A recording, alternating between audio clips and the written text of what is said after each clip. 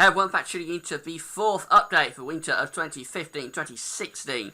We're going to get various things together for this video, such as solar activity, sea surface temperature anomalies, El Nino, and also we'll have a look at what's going on across Russia as well, how quickly the snow cover is appearing across Siberia. So you know the things that we look at. We've looked at these things 3 times so far this autumn, back in September. We're going to do the fourth update today.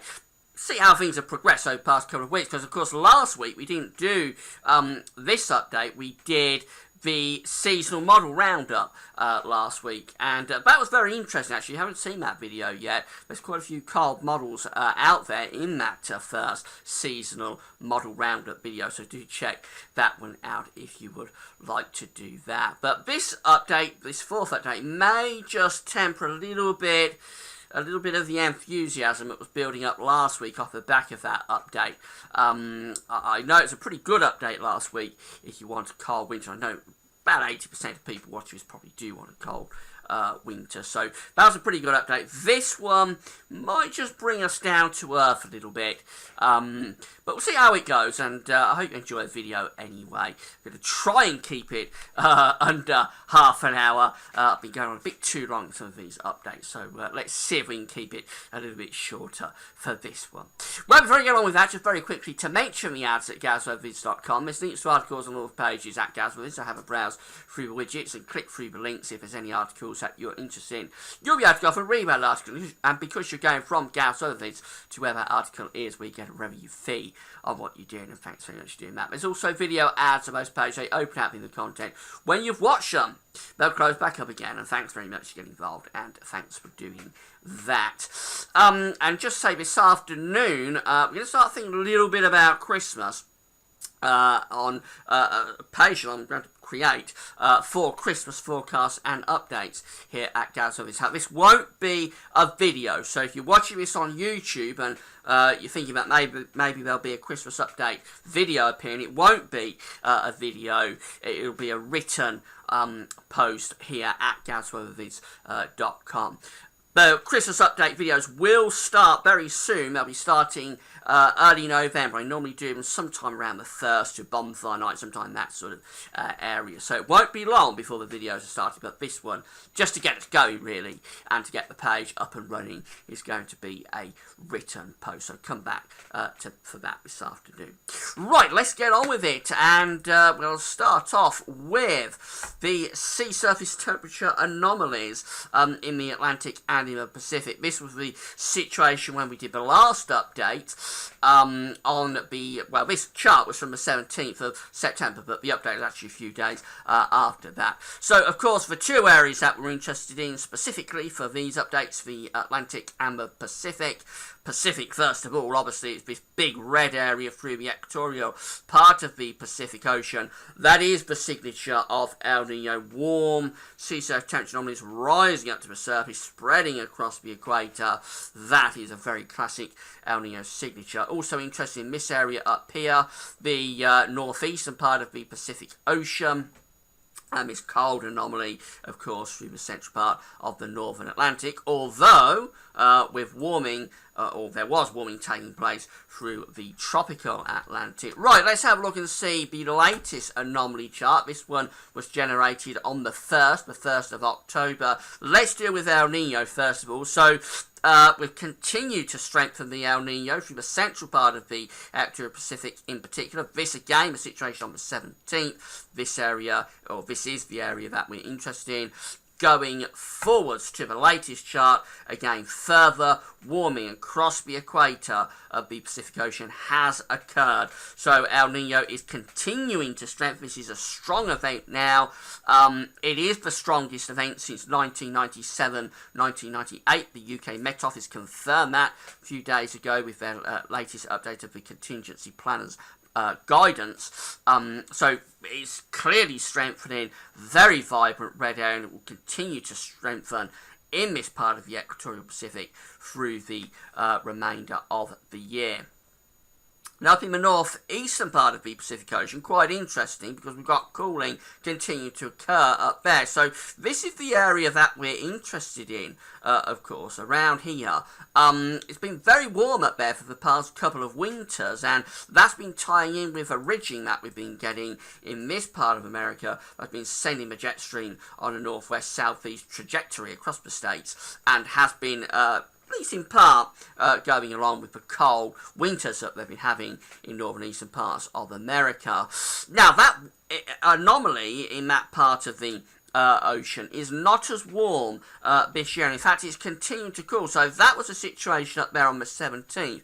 Going forwards to the situation on the 1st, clearly further cooling has taken place. It isn't cold yet, but it is gradually, very slowly starting to cool down. This could be our first signs, perhaps, that the Pacific, after a couple of really warm years, culminating in this very strong El Nino event, of course, this could be our first signs that for next year and the years beyond, we're going to return back to the cold sort of Pacific Ocean that we should really be getting, because we are in the cold phase of the PDO, but we've been deviating from that over the past couple of years, quite interestingly. But we are seeing definite signs of cooling occurring up there. It's not yet enough for me to have to start throwing out the forecast for America, which I think will be for another cold winter for them. But it certainly is interesting that things are beginning to cool down. It does imply that we may get, especially getting to late winter, because I assume it's going to continue to cool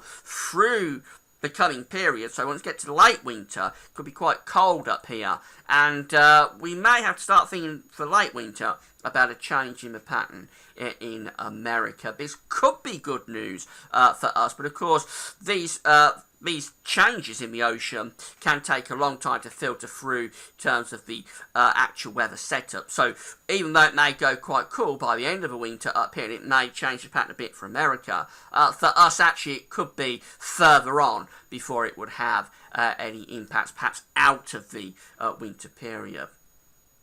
So, cooling in the northeast part of the Pacific Ocean, further warming though, and that's the most important factor really, because the background signal of this winter, further warming has occurred over the past 2 weeks through the equatorial Pacific. In terms of the Atlantic, that cold anomaly, let's go back to it on the 17th, there it was, through the central part of the Atlantic. That anomaly has shrunk a little bit over the past couple of weeks, so it appears that we're gradually, over time, slow process, but we're gradually losing this cold anomaly that's been sitting here in the northern part of the Atlantic. So we've been thinking that we're probably going to have a cold Atlantic for this winter. Will we actually have a cold Atlantic this winter? It could be by the time we get to winter, the anomalies will be back up closer to average. Notice it's warm through the tropical Pacific still, and I'll just get rid of that and do it again. So it's warm through the tropical Pacific. In fact, it perhaps turned a little bit warmer through there during the past couple of weeks. It has continued to warm a little bit to the south of Greenland, although you wouldn't say it's particularly warm, so it's probably near normal really to the south of Greenland. But should warming occur there, and I'll put a question mark because it hasn't really happened yet, but should warming occur there, then we would have something the tripole, perhaps a warm, cold, warm tripole, which can be a signature for a negative North Atlantic oscillation. But I think we're going to wait and see what this cold anomaly is doing, because it's definitely shrinking now. And it could be by the time we get to winter, actually, we won't particularly have to think about the Atlantic being too cold. Of course, there'll still be remnants of this cold anomaly left, and if these remnants go further south into a more central position of the Northern Atlantic Ocean, then we could be in business for getting that warm, cold, warm tripole, but not really there yet.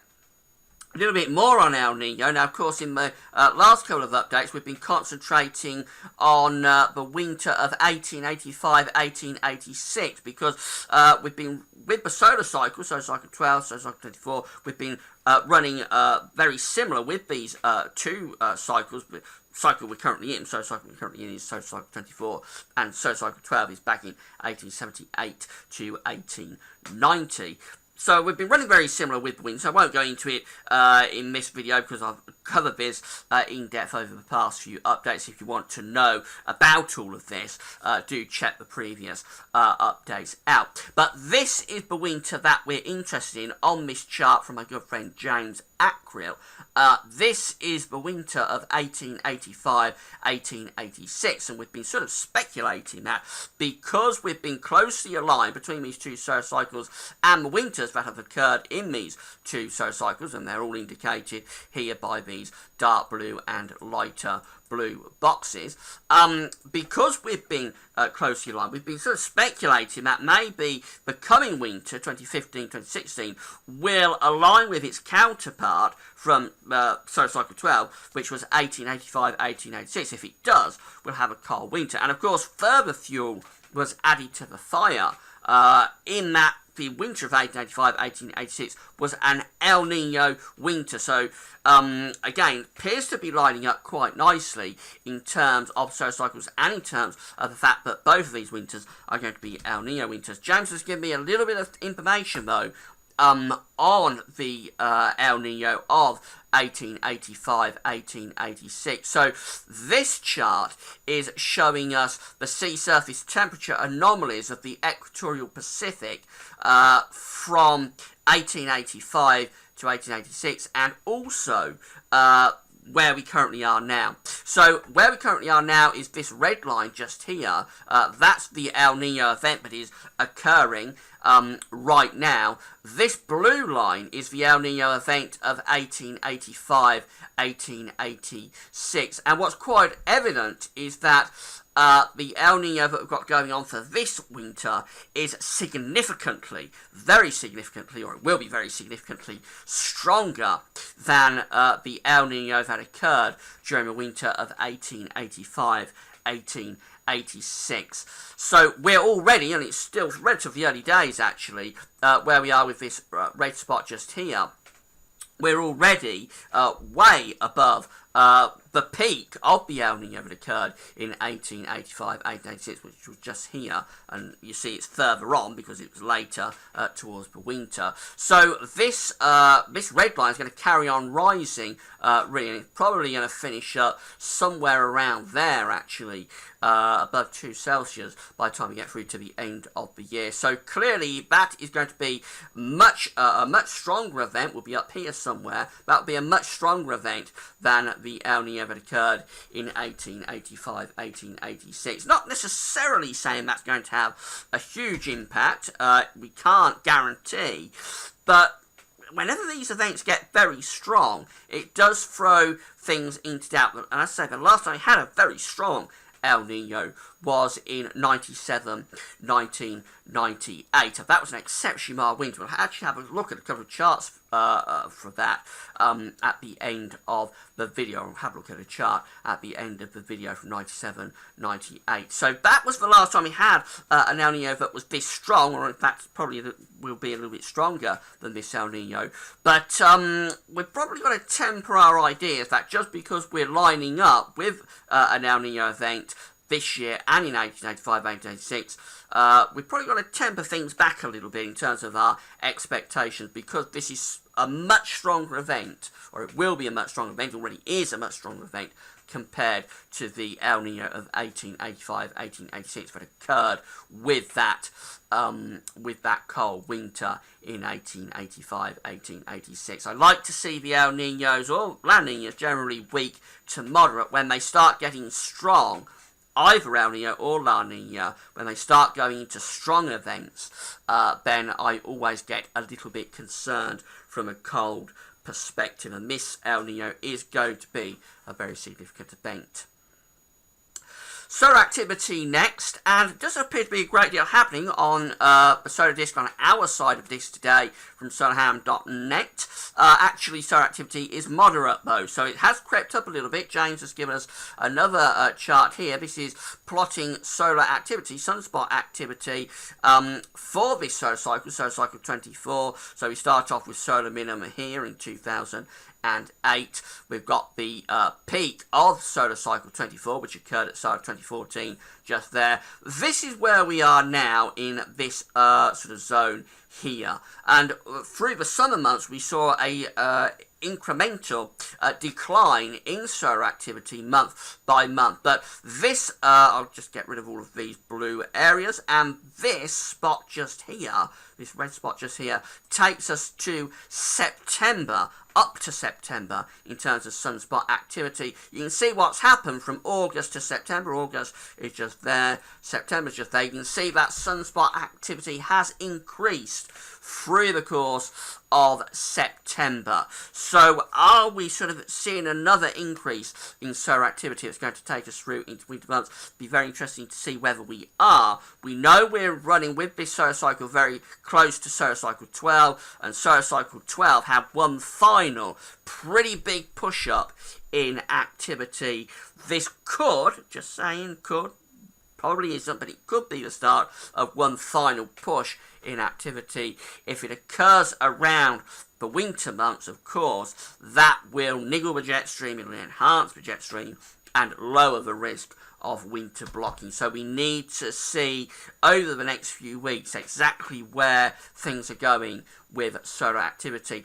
But all of this just goes to show you why I don't issue the winter forecast early. A lot of forecasters put their forecast out sort of August, September time. I don't do that. I like to see how things are evolving through the autumn months until the final moment that I can get to, which is the very end of November, when I have to finally come to a judgment, of course. But I like to see how things are panning out, and this is the reason why, because you can get these events that unfold through the course of the season that will have an impact, or could have an impact. So that's the reason a lot of people wonder why I sort of delay issuing my winter forecast until the final moment possible, and it's because I like to see how things are developing through the course of the autumn. So next thing I'm going to get into QBO, won't dwell on this too much, but this grey area just here on this chart is telling us that we're in a westerly QBO. That in theory enhances the zonal westerlies and gives us a chance of an increased chance of a milder winter. It's not as straightforward as that. We'll probably look at that in an update. Well, it could be this month, maybe in November. We'll definitely have a look at the QBO. But in theory, a westerly QBO, such as we're going to be in, indicated by this grey area, should increase the zonal westerlies and give us a greater chance of a zonal westerly winter. Hurricane activity next, see how things are going in terms of the Atlantic hurricane season. So we've had 10 total storms so far. We've had 3 hurricanes and 2, including one that's currently going on, Joaquin, 2 major category 3 or above hurricanes. It's excuse me. It's a pretty quiet season. Once again, in terms of this hurricane season, I'm sorry, I've got a little bit of a frog up here in my throat, so I'm having a bit of a struggle to get the words out. But it is a quiet hurricane season. Again, this one, although it appears to be picking up a little bit now, but I don't think it's going to be what we could. It won't be what we could say is a very active hurricane season, and that's really probably mainly because of the El Nino. Actually, the Atlantic is in quite a warm phase, and that's probably the reason why we're getting a fair few storms, even if they're not generally going towards hurricanes or major hurricanes.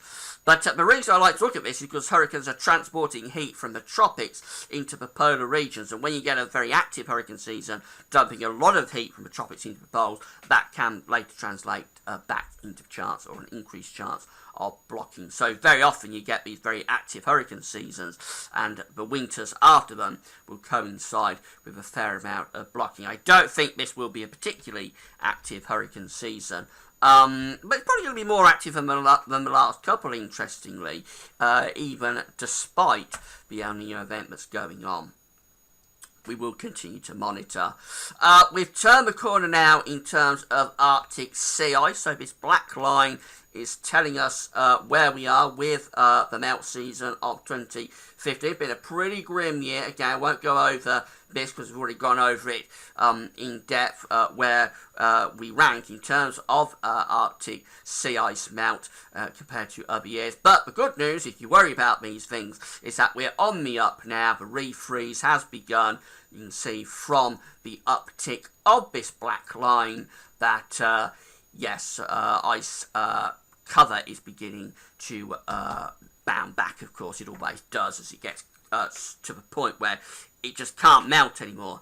Then it starts to refreeze, and we have reached that point now. So this chart is showing us the Arctic sea ice, indicated by the yellow colours, of course. This yellow area up here, that's where we've got ice. And then we've got what's going on across Russia, which is snow cover. And snow cover is beginning to appear now across the northern and northeastern part of the Siberian of the Siberian plain. I've had a look back through the archives of these charts from the National Ice Centre and NOAA. And you can find the link to this website on the links page, by the way. I've had a look back through to 1998.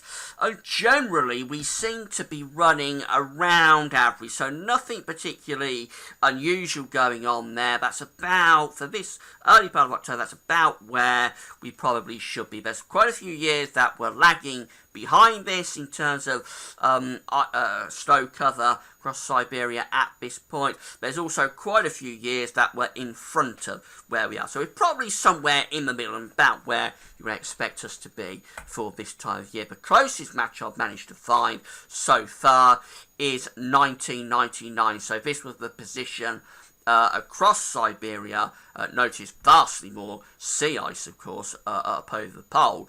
But this was, in terms of snow cover, this was the position on the 2nd of October 1999. I think that's a pretty close match, really, to where we are. Maybe a little bit more in 1999, but generally that's a fairly close match. And as I say, I don't think we're deviating very far at all from where you would expect us to be on average at this time of the year. We'll look at this in depth, of course, next week and in the subsequent weeks, because how quickly all of this area fills in. Eventually it will all fill in with snow cover. How quickly that happens, if it happens very quickly, tied in with other things, not on its own, but tied in with other things that we've discussed in this video. If it happens very quickly that this area fills up with snow, then it could help feedback to a chance of blocking. Now, I had a bit of fun on my Twitter page on Friday evening. I tweeted this 700 millibar height anomaly from the CFS V2. This sort of takes us back to where we was with the update last week, actually, with the seasonal models. So I tweeted this on Friday, and the reason I did it is because there's a very obvious similarity here with a pattern that the CFS V2 wants to set up for the winter of 2015-2016 to the winter of 1997-1998. And what we're interested in, of course, is what's going on here in terms of all of this red extending out of North Africa into the Mediterranean, into Central Europe. That is high pressure.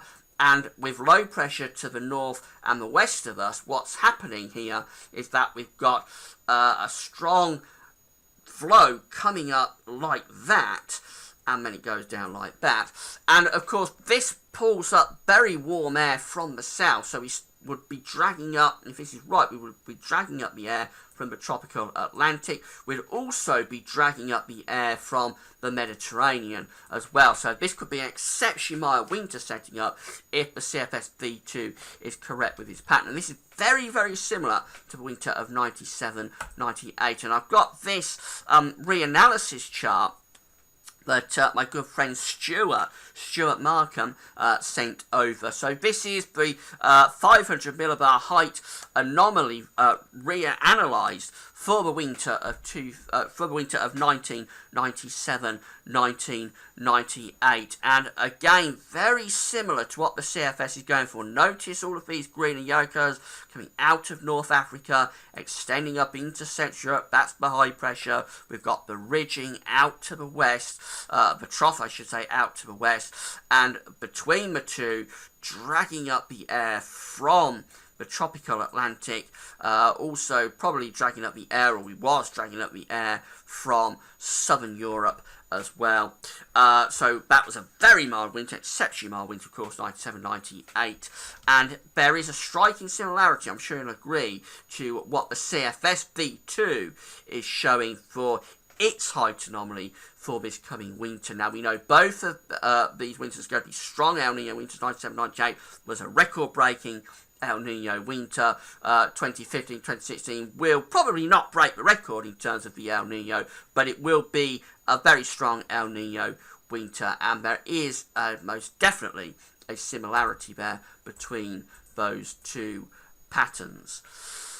Now, of course, just because that's what the CFS V2 is showing does not necessarily mean that is how things are going to pan out. The CFS V2 is an unreliable model at the best of times. It's led us astray before. So if you want to call winter, don't be too downhearted about this update. I know it is a little bit of a grim update if you want to call winter. Don't be too downhearted. But I just want to throw it in at the end, really, because I think we need to just bring ourselves back down to earth a little bit. Last week's Season 1 Roundup video was pretty good, if you want to call winter. So I thought we'd show the other side of the coin, really, for this update of how things could play out. And I'm very uncertain still about this winter, to be serious. I am very uncertain about it. I've got a feeling something unusual will happen this winter, but will it be very mild? Will it be cold? Very much in the balance, and we're going to have to do more updates, more research before I finally have to come up with a forecast for winter of 2015-2016. Right, how long have I been going on for? I've been going on for 26 minutes. I'm a little bit shorter with this update than the past couple of updates that we've done. And that's it. So I hope you enjoyed the video. We'll have a look at all of these things again next week, and particularly in terms of the snow cover across Russia. See how that's progressing. And this afternoon, of course, we're doing that update for Christmas. It's a written update, not a video, so there won't be a video appearing at YouTube. But do check it out if you want to sort of get in the mood really a little bit for Christmas. Then do come back to the Christmas page I'm going to be creating at Gastro this afternoon. That's all for now. 5th Winter 15-16 update next Sunday, and thanks for watching.